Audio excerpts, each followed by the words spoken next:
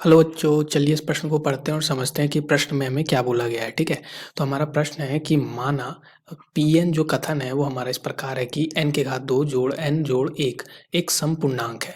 यदि माना Pk सत्य है, ठीक है, जो कि बोलता है कि Pk प्लस 1 सत्य होगा। ठीक है, तो बोलता है कि Pn सत्य है किसके लिए, n के किस मान के लिए, इन चार विकल्प में से ये हमसे पूछा गया है। तो चलिए इस प्रश्न को हल करने से पहले मुख्य अवधारणा को समझ लेते हैं। ठीक है, तो मुख्य अवधारणा, तो मुख्य अवधारणा में अगर हम देखें तो गणितीय आगमन से हमें पता होता है कि अगर पी एन हमारा कोई कथन, ठीक है, कोई कथन है मान लो, जहाँ पे एन जो है वो हमारा विद्यमान है प्राकृत संख्या से, तो पी एन जो अगर कथन हमारा दिया गया रहता है तो हम क्या करते हैं, सबसे पहले एन बराबर कोई बेस यानी कि कोई आधार मान पे हम जांच करते हैं पी एन कथन को कि सत्य है कि नहीं। मान लो एन बराबर एक, ठीक है, एक कथन जो है वो हमारा आधार मान है, तो पी वन पे हम जांच करेंगे।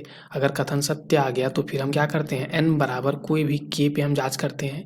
ठीक है, माफ़ कीजिएगा, यहाँ पे pk पे हम क्या मान लेते हैं, कथन को सत्य मान लेते हैं। ठीक है, जांच नहीं करते, मान लेते हैं। ठीक है, तो ये सत्य मान लेते हैं। फिर हम क्या करते हैं, n बराबर k प्लस 1 पे यानी pk प्लस 1 को भी हम सत्य सत्यापित करते हैं। ठीक है, तो ये हमारा गणितीय आगमन से ये हमारा नियम होता है। ठीक है, तब हम बोल पाते हैं कि गणितीय आगमन से कि पी एन जो कथन है वो हमेशा क्या होगा, सत्य होगा, अगर ये तीनों सत्य आ गए तो। ठीक है, n बराबर 1, n बराबर k, n बराबर k प्लस 1 पे, तो ये पी एन कथन हमेशा सत्य होगा जब n हमारा विद्यमान होगा प्राकृत संख्या से।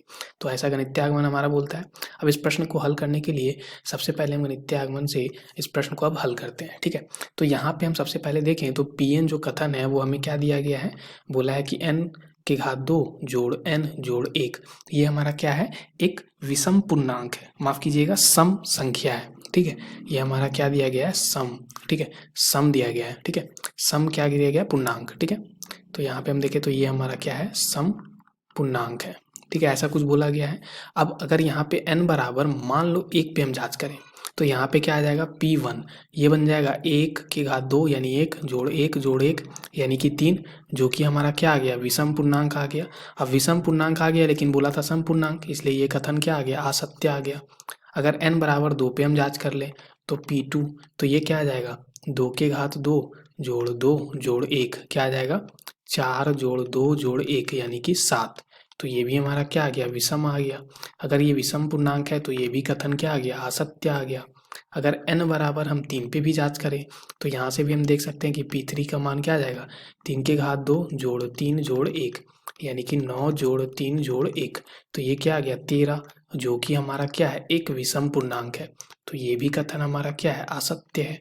ठीक है, तो ये भी कथन असत्य आ गया। तो इस तरह से हम बोल सकते हैं कि ये कथन हमारा असत्य आ रहा है हमेशा। ठीक है, क्यों, क्योंकि यहाँ पे हम देख सकते हैं, तो इसलिए हम क्या बोल सकते हैं, इसलिए हम बोल सकते हैं ऐसे ही कि n बराबर यहाँ पे हमारा n का मान कुछ भी होगा, हमेशा पी एन जो होगा वो हमेशा क्या होगा, पी एन जो कि n स्क्वायर यानी n के घात 2 जोड़ n जोड़ 1 है, ये हमेशा क्या होगा, एक विषम पूर्णांक होगा। ठीक है, विषम पूर्णांक होगा।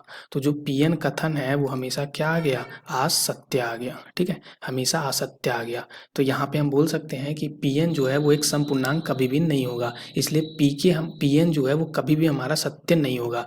यानी कि n जब बड़ा 1 है तब भी हमने जांच कर लिया, जब n बड़ा 1 है तो यानी n बराबर 2 n बराबर 3 पे भी जांच किया, कथन असत्य आ गया था। ठीक है, अब n जब हमारा 2 से बड़ा है तब भी हमने जांच कर लिया, यानी कि n बराबर 3 पे भी जांच कर लिया हमने, वो भी कथन असत्य आ गया। ठीक है, अब यहाँ पे किसी भी, अब ये बोला है कि n जब हमारा क्या होगा, प्राकृत संख्या से विद्यमान होगा, तो उस समय तो n बराबर 1 भी होगा, n बराबर 2 भी होगा, n बराबर 3 भी होगा, और सबके लिए हमने कथन को असत्य यहाँ पे सत्यापित किया है, तो इसके लिए भी तो होगा ही नहीं, ये भी विकल्प नहीं होगा। तो इसलिए हमारे इस प्रश्न के लिए सही विकल्प क्या हो जाएगा, हमारा विकल्प चौथा, यानी कि इनमें से कोई नहीं। तो आशा करते हैं कि आपको इस प्रश्न का हल समझ में आ गया होगा। धन्यवाद बच्चों।